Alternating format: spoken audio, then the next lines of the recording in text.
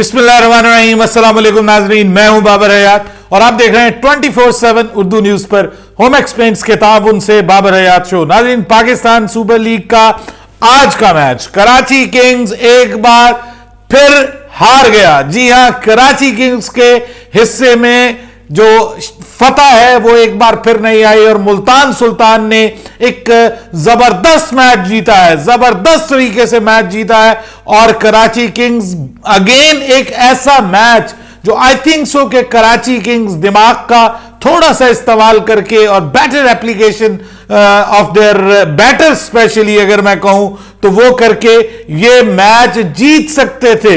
एक ऐसा मैच जो उनकी रीच में था। अगेन ये थर्ड टाइम हुआ आई थिंक सो कि कराची किंग्स ऐसा मैच हारी है कि जो वो अगर थोड़ा सा अकलमंदी से खेलते तो वो मैच जीत सकते थे। But I think so the biggest difference was the captaincy and captaincy of Mohammad Rizwan, जिसका इस वक्त पाकिस्तान सुपर लीग में कोई मुकाबला नहीं है।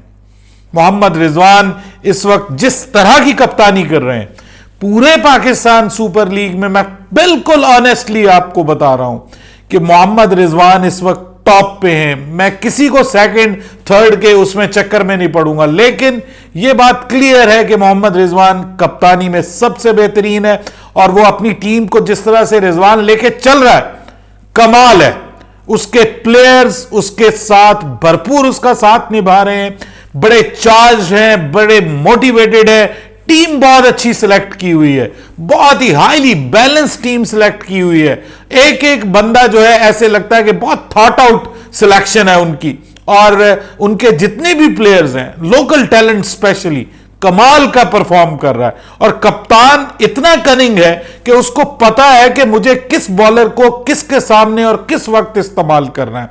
अब देखिए कि खुशदिल शाह जो है वो, हालांकि मैं ये समझता हूं कि वो प्रॉपर ऑलराउंडर है, उसको ऑलराउंडर के तौर पे इस्तेमाल करना चाहिए और मुल्तान सुल्तान में रिजवान उसको ऑलराउंडर के तौर पे इस्तेमाल करता है।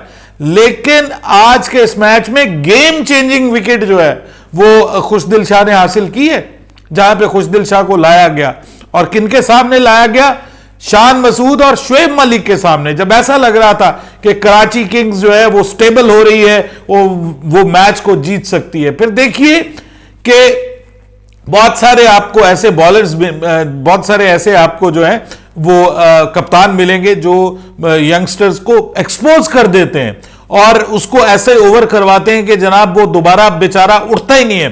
फैसल अकरम का पहला ओवर आज इरफान खान नियाजी ने मारा उसको, और अच्छा खासा मारा, मतलब 16-17 रन उसके एक ओवर में इरफान खान नियाजी ने बनाए।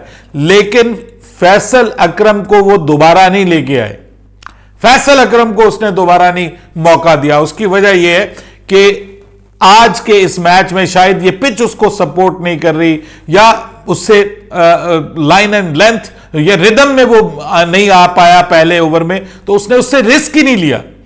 मतलब मैं हैरान हूं कि जिस तरह से वो फील्ड सेट करता है, जिस तरह से वो एक एनिमेटेड कैरेक्टर के तौर पे ग्राउंड में नजर आता है, अपने खिलाड़ियों का, अपने फील्डर्स का जिस तरह से वो हौसला बढ़ाता है। और सर देखिए कि मैच जीता हुआ है, आखिरी ओवर में उसके बावजूद वो पूरी कोशिश कर रहा है कि मैं इनको करीब ना आने दूं, अपने जितना मार्जिन ज्यादा रहेगा आगे जाके हु नोस के नेट रन रेट के ऊपर नंबर 1 और नंबर 2 की और पोजीशन जो है, या नंबर 3 की भी पोजीशन, क्योंकि अभी मैच पीएसएल में मैचेस काफी सारे पड़े हुए हैं तो कुछ भी हो सकता है, तो उसके लिए नेट रन रेट भी इंपॉर्टेंट हो सकता है। यानी इस हद तक जो बंदा सोचता है वो कमाल कप्तान है भाई। और ऊपर से उसकी अपनी परफॉर्मेंस देखिए, आज जबरदस्त परफॉर्मेंस उसने खुद बल्ले के साथ भी की।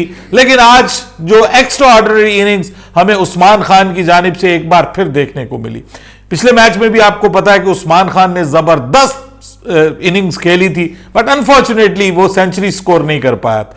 लेकिन यहां पर आज उसने ना सिर्फ सेंचुरी स्कोर की बल्कि बड़ी जबरदस्त, बहुत ही कमाल की इनिंग्स खेली और सभी बॉलर्स को जो है वो उसने भरपूर उनका फायदा उठाया। और जिस तरह से कराची किंग्स के बॉलर्स हैं, देखिए मैं ये समझता हूं कि कराची किंग्स ने कुछ घाटे के सौदे किए हैं इस बार, और उसमें जो मोहम्मद आमिर को कराची किंग्स का देना और उसके बाद फिर इमाद वसीम को छोड़ देना, ये दोनों प्लेयर्स एक बड़ा अच्छा फैक्टर थे कराची किंग्स में। इमाद वसीम तो खैर इस्लामाबाद यूनाइटेड में जाके भी इस वक्त कुछ नहीं कर पा रहे, लेकिन मोहम्मद आमिर बहुत अच्छी बॉलिंग कर रहे हैं कोयटा ग्लैडिएटर्स की तरफ से। मैं nothing harsh for Mir Hamza, लेकिन फिर भी मैं ये समझता हूं कि जो जबरदस्त किस्म का एक एक्स फैक्टर उनकी टीम के अंदर मौजूद था, और जो खासतौर पे डेथ ओवर्स में मोहम्मद आमिर की बॉलिंग होती थी, उन्होंने इसको मिस करेंगे। और फिर मैं समझता हूं कि शायद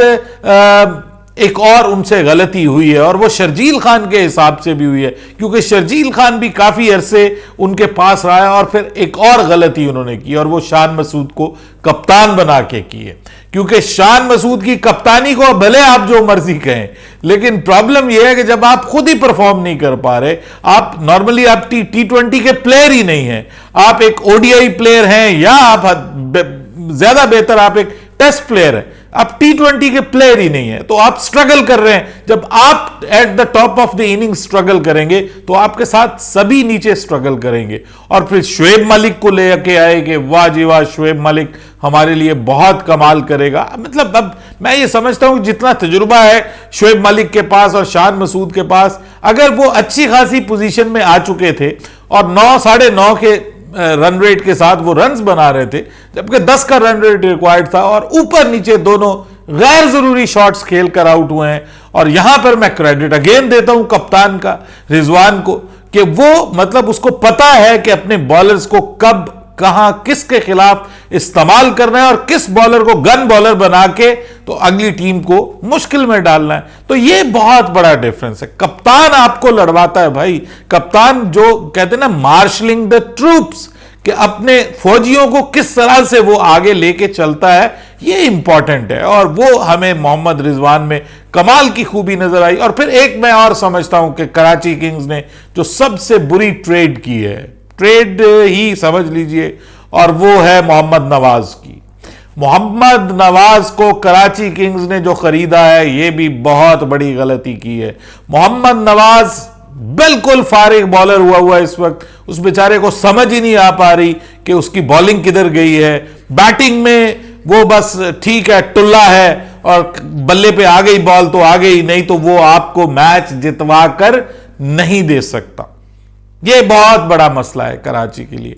और अनवर अली को लाए थे, उसको बाहर निकाल दिया। फिर कराची के साथ बुरी खबर यह भी आई कि पोलार्ड छोड़ के चले गए बीच में, वो तो उसको तो शादी ले गई अंबानी की, और वो वहां पे चला गया।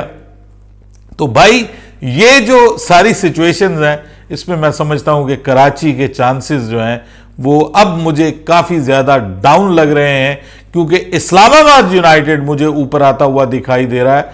बिकॉज इस्लामाबाद यूनाइटेड अब वो अपने होम ग्राउंड में खेलेंगे, और अपने होम ग्राउंड में जब वो खेलेंगे भाई, तो वो फिर ज्यादा फेवरेट होंगे। उनकी टीम बुरी नहीं है, क्लिक नहीं कर पा रही। यहां पे टीम ही मेरे ख्याल में सिलेक्शन में बहुत सारे ब्लंडर्स हैं, बहुत सारे मसले हैं। अब कैरन पोलार्ड कब तक आपको जितवाएगा, या आपके कोई एक आध बॉलर आपको कब तक जितवाएगा। फिर जो आपने टिम साइफर्ट को लेके आए हैं, फिर आप विंस को लेके आए हैं, ये भी वो प्लेयर्स हैं जो आपको पे बैक नहीं कर पा रहे। तो सब कुछ खराब है, कराची की मुश्किलें बढ़ रही हैं। लेकिन अगेन कहूंगा, मोहम्मद रिजवान ने अपनी बल्लेबाजी के जरिए, और फिर उस्मान खान ने अपनी बल्लेबाजी के जरिए, ये उस्मान खान वो है जो पाकिस्तान में खेलने के लिए तरसता रहा, किसी ने इसको मौका ही नहीं दिया, और अब ये यूएई में जाके यूएई की टीम की तरफ से खेलता है। ये यूएई का प्लेयर है, ये फॉरेन प्लेयर के तौर पे खेल रहा है जनाब। और ये वो प्लेयर है कि जो एक मैच में 90s करके और इसमें 100 करके बैठा हुआ है, और पाकिस्तान की तरफ से नहीं खेल सकता, क्योंकि पाकिस्तान ने अच्छे प्लेयर हमेशा जाया किए हैं। इमरान ताहिर भी उसकी एक मिसाल है। अपनी राय दीजिएगा कमेंट सेक्शन में। बाबर हयात को इजाजत दीजिएगा। अल्लाह हाफिज।